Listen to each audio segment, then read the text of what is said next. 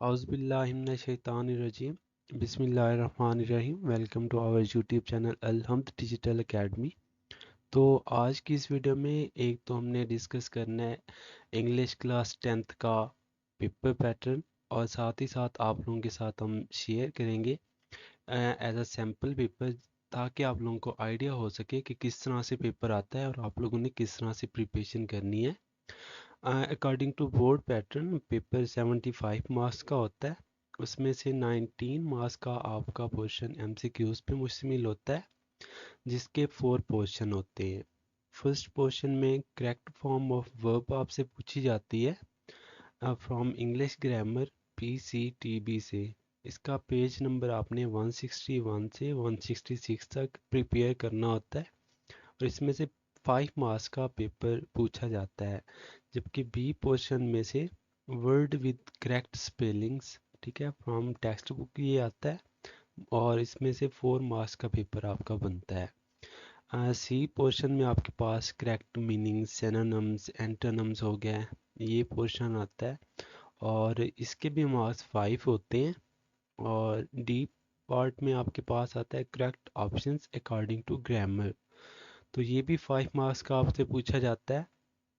जबकि सब्जेक्टिव का जो पोर्शन होता है ये 56 मार्क्स का होता है और क्वेश्चन वाइज ये पूछा जाता है। इसमें क्वेश्चन नंबर जो पहला पूछा जाता है, क्वेश्चन नंबर 2 सब्जेक्टिव का जो होता है, शार्ट क्वेश्चंस होते हैं। आपको 8 शार्ट क्वेश्चन दिए जाते हैं जिसमें से आपने 5 करने होते हैं। ये 10 मार्क्स का आपके पास पोर्शन होता है।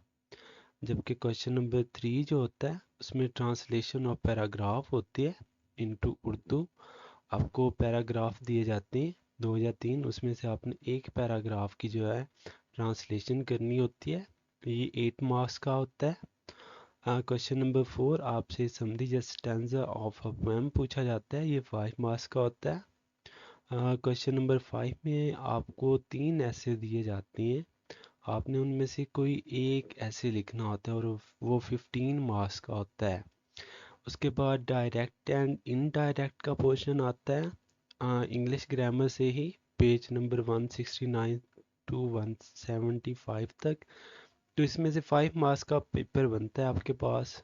क्वेश्चन नंबर 7, इसमें पेयर्स ऑफ वर्ड आ जाते हैं, आपने इनको प्रिपेयर करना होता है। ये भी इंग्लिश ग्रामर से ही पूछे जाते हैं, पेज 175 टू 178। इसमें 5 मार्क्स का पेपर बनता है आपका।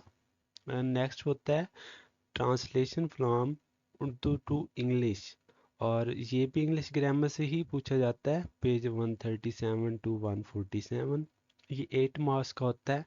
चलें, ये हमने डिस्कस कर लिया कि पेपर पैटर्न ये होता है।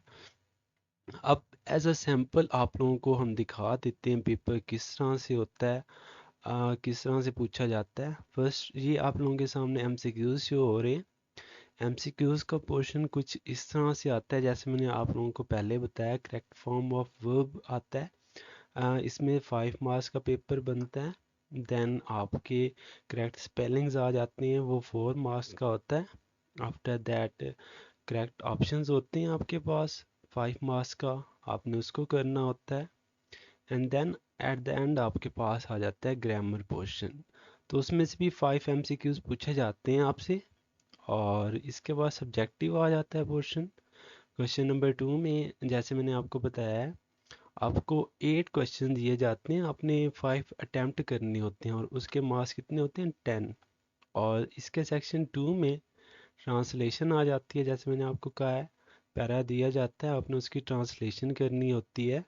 देन समरी या स्टैंजा आ जाता है, एक चीज़ आपने करनी होती है।